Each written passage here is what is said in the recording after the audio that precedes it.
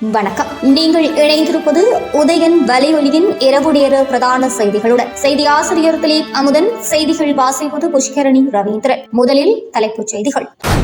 தமிழீழ விடுதலை புலிகள் மீதான தடை நீடிப்பு. தலைவர் பிரபாகரன் வீட்டின் முன்றலில் முள்ளிவாய்க்கால் கஞ்சி.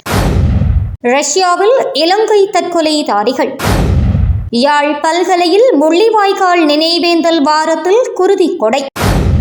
நினைவேந்தல்களை தடுத்தால் தமிழரின் போராட்ட உணர்வு தீவிரமடையும், எச்சரிக்கை விடுத்து விக்னேஸ்வரன். காக்கை தீவில் புகை மண்டலம், திணறிய பொதுமக்கள்.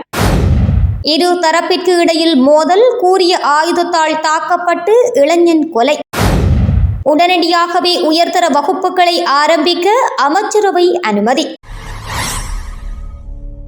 தமிழீழ விடுதலை புலிகள் அமைப்பின் மீதான தடையை மேலும் 5 ஆண்டுகளுக்கு நீடித்து இந்திய ஒன்றிய அரசின் உள்துறை அமைச்சகம் உத்தரவிட்டுள்ளது. ராஜீவ்காந்தி படுகொலை செய்யப்பட்டதை தொடர்ந்து 1991ஆம் ஆண்டு இந்தியாவில் விடுதலை புலிகள் இயக்கம் தடை செய்யப்பட்டது. அதன் பிறகு குறிப்பிட்ட கால இடைவெளியில் இந்த தடை உத்தரவு நீடிக்கப்பட்டு வருகிறது. கடைசியாக கடந்த 2019ஆம் ஆண்டு தடை நீடிப்பு உத்தரவு பிறப்பிக்கப்பட்டது. தற்போது விடுதலை புலிகள் மீதான தடையை மேலும் 5 ஆண்டுகளுக்கு நீடித்து இந்திய ஒன்றிய அரசின் மத்திய உள்துறை அமைச்சகம் உத்தரவிட்டுள்ளது. தடை குறித்த அறிவிப்பில் விடுதலை புலிகள் இன்னும் இந்தியாவின் ஒருமைப்பாடு மற்றும் பாதுகாப்பிற்கு பாதகமான நடவடிக்கைகளில் ஈடுபட்டு வருவதாக இந்திய ஒன்றிய அரசு கருதுகிறது. இலங்கையில் நடைபெற்ற போரில் கடந்த 2009ஆம் ஆண்டு விடுதலை புலிகள் அமைப்பு தோற்கடிக்கப்பட்ட போதிலும் தனி ஈழம் என்ற கருத்தை அவர்கள் கைவிடவில்லை. பரப்புரை மற்றும் நிதி சேர்க்கை நடவடிக்கைகள் என தனி ஈழத்திற்கான நடவடிக்கைகள் தொடர்ந்து ரகசியமாக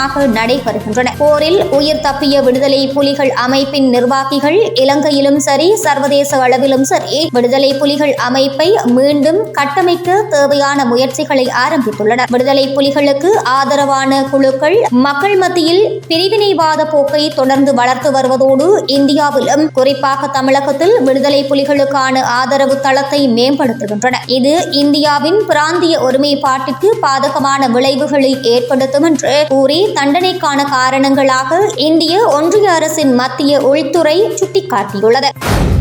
இலங்கை தமிழரசு கட்சியின் நாடாளுமன்ற முன்னாள் உறுப்பினர் ஈஸ்வரபாதம் சரவணபவனின் ஏற்பாட்டில் வட்டுக்கோட்டை தொகுதி கிளையால் முள்ளிவாய்க்கால் கஞ்சி விநியோகமும் முள்ளிவாய்க்கால் நினைவு ஊர்தி பவனியும் இன்று காலை 11 மணியளவில் தமிழீழ தேசிய தலைவர் வேலுப்பிள்ளை பிரபாகரன் அவர்களது வீட்டின் முன்றலில் அமைந்துள்ள வல்வட்டித்துறை ஆலடி சந்தியில் காரநகர் பிரதேச சபையின் முன்னாள் தவிசாளர் கணேசபிள்ளை பாலச்சந்திரன் தலைமையில் முன்னெடுக்கப்பட்டது. இதன்பொழுது முள்ளிவாய்க்கால் மண்ணில் உயிர் நீத்தவர்களை நினைவு கூர்ந்து இரு மாவீரர்களின் தந்தை தங்கேஸ்வரனால் பொதுச்சுடரேற்றி வைக்கப்பட்டு தொடர்ச்சியாக ஈகச்சுடரேற்றி அகவணக்கம் செலுத்தி மலரஞ்சலியும் செலுத்தப்பட்டது. தொடர்ந்து முள்ளிவாய்க்கால் நினைவு கஞ்சியும் விநியோகிக்கப்பட்டது. இதன் பொழுது முள்ளிவாய்க்கால் கஞ்சியின் வரலாற்றை உள்ளடக்கிய துண்டறிக்கையும் வழங்கி வைக்கப்பட்டது. ரஷ்ய போர்க்களத்தில் உள்ள இலங்கையர்கள் இன்னும் 10 நாட்களுக்குள் தற்கொலை குண்டுதாரிகளாக மாற்றப்பட உள்ளதால் அங்குள்ள 600 இலங்கையர்களையும் நாட்டிற்கு அழைத்து வர உடனடியாக ராஜதந்திர மட்டத்தில் நடவடிக்கைகளை அரசாங்கம் எடுக்க வேண்டும் என நாடாளுமன்ற உறுப்பினர் தயாஸ்ரீ ஜெயசேகர நாடாளுமன்றத்தில் வலியுறுத்தியுள்ளார். யாழ் பல்கலைக்கழக மாணவர் ஒன்றியத்தின் ஒருங்கிணைப்பில் 2009ஆம் ஆண்டு முள்ளிவாய்க்காலில் இனப்படுகொலை செய்யப்பட்ட தமிழ் மக்களை நினைவேந்தி குருதிக்கொடை நிகழ்வு இன்று செவ்வாய்க்கிழமை யாழ்ப்பாண பல்கலைக்கழக மாணவர் கட்டட தொகுதியில் முன்னெடுக்கப்பட்டது. பல்கலைக்கழக மாணவர்கள், ஊழியர்கள், விரிவுரையாளர்கள் என பலரும் குருதிக்கொடை வழங்கினர்.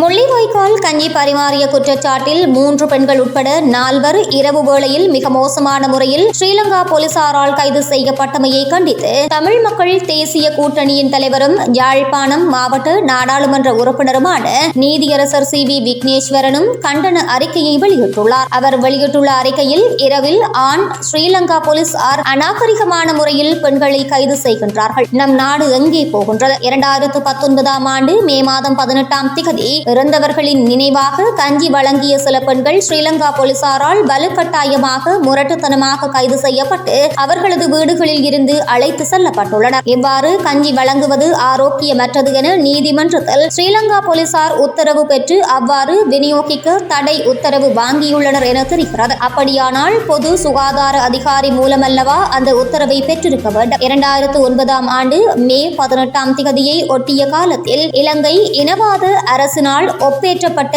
இனப்படுகொலையை மூடி மறைக்கும் அப்பட்டமான முயற்சியே இது. இத்தகைய தேவையற்ற கபடத்தனமான மூடி மறைப்பு செயல்களை இலங்கை நாடும் அதன் அரசும் எந்த அளவிற்கு மேற்கொள்கின்றனவோ அவ்வளவிற்கு அதிகமாக இறந்தவர்களை நினைவு கூர்ந்து சுய நிர்ணய உரிமைக்கான போராட்டத்தை முன்னெடுத்து செல்வதில் நமது மக்கள் மிகவும் உறுதியாக இருப்பார்கள். கைதானவர்களுக்கு எதிரான அறிக்கைகளை திரும்ப பெற்று நெருக்கடியில் இருக்கும் அந்த பெண்கள் உட்பட அனைவரையும் விடுவிப்பதற்கான உத்தரவை அரசு தலைவர் வழங்குவார் என்று நம்புகின்றேன். மே 18ஆம் தேதியை எனது தமிழ் சகோதரர்கள் கூடுதலான உற்சாகத்துடனும் உறுதியுடனும் நினைவு கூறுவார்கள் என்று அறிக்கையில் அவர் தெரிவித்துள்ளார். யாழ்ப்பாணம் காக்கைதீவு மீன் சந்தைக்கு அண்மையில் உள்ள வீதியோர கழிவுப் பொருட்கள் தீயிட்டு எரிக்கப்பட்டமையால் வீதியால் பயணிப்பவர்கள் பெரும் அசௌகரியங்களுக்கு முகம் கொடுத்தனர். இனம் தெரியாத நபர்களால் இரவு வேளையில் மருந்து கழிவுகள், வியாபார நிலைய கழிவுகள், வீட்டு கழிவுகள் உள்ளிட்ட பல கழிவுப் பொருட்கள் வீதியோரங்களில் கொட்டப்படுகின்றன. வீதியெங்கும் துர்நாற்றம் வீசிய நிலையில் இன்றைய தினம் யாழ் மாநகர சபை ஊழியர்கள் கழிவுப் பொருட்களை அவ்விடத்தில் வைத்தே தீ மூட்டியுள்ளமையினால் வீதியால் சென்ற பயணிகள் அசௌகரியங்களை எதிர்நோக்கினர். புகை மண்டலம் வீதியில் பரவியதால் எதிரே வருகின்ற வாகனங்கள் தெரியாத நிலைமையும் காணப்பட்டது. விபத்துக்கள் ஏற்படும் அபாயமும் நிலவியது. மகாஓயாவில் கூறிய ஆயுதத்தால் தாக்கப்பட்ட 26 வயது இளைஞன் உயிரிழந்துள்ளதாக ஸ்ரீலங்கா போலீசார் தெரிவித்தனர். இந்த சம்பவம் நேற்று மாலை இடம்பெற்றுள்ளது. இரு தரப்பினருக்கு இடையில் ஏற்பட்ட மோதல் காரணமாக இளைஞர் கூறிய ஆயுதத்தால் தாக்கப்பட்டு கொலை செய்யப்பட்டுள்ளதாக விசாரணைகளில் தெரிய வந்துள்ளது என ஸ்ரீலங்கா போலீசார் தெரிவித்தனர். சம்பவத்துடன் தொடர்புடைய குற்றச்சாட்டில் 18 மற்றும் 23 வயதுடைய இருவர் கைதாகியுள்ளனர். கல்வி பொதுத்தராதர சாதாரண தர பரீட்சை நிறைவடைந்தவுடன் உயர்தர வகுப்புகளை உடனடியாக ஆரம்பிப்பதற்கு அமைச்சரவை அனுமதி வழங்கியுள்ளது. மாணவர்களின் நேரத்தை திறம்பட நிர்வகிக்கும் நோக்கில் கல்வி அமைச்சர் சுசில் பிரேமஜெயந்தவால் முன்வைக்கப்பட்ட அமைச்சரவை பத்திரத்துக்கு அமைச்சரவை அனுமதி வழங்கியுள்ளது. இத்துடன் உதயனின் இரவு நேர பிரதான செய்தி அறிக்கை நிறைவு பெறுகின்றது. தொடர்ந்து நாளை காலை உதயனின் காலை நேர செய்தி சுருக்கத்தோடு இணைந்திருக்கலாம்.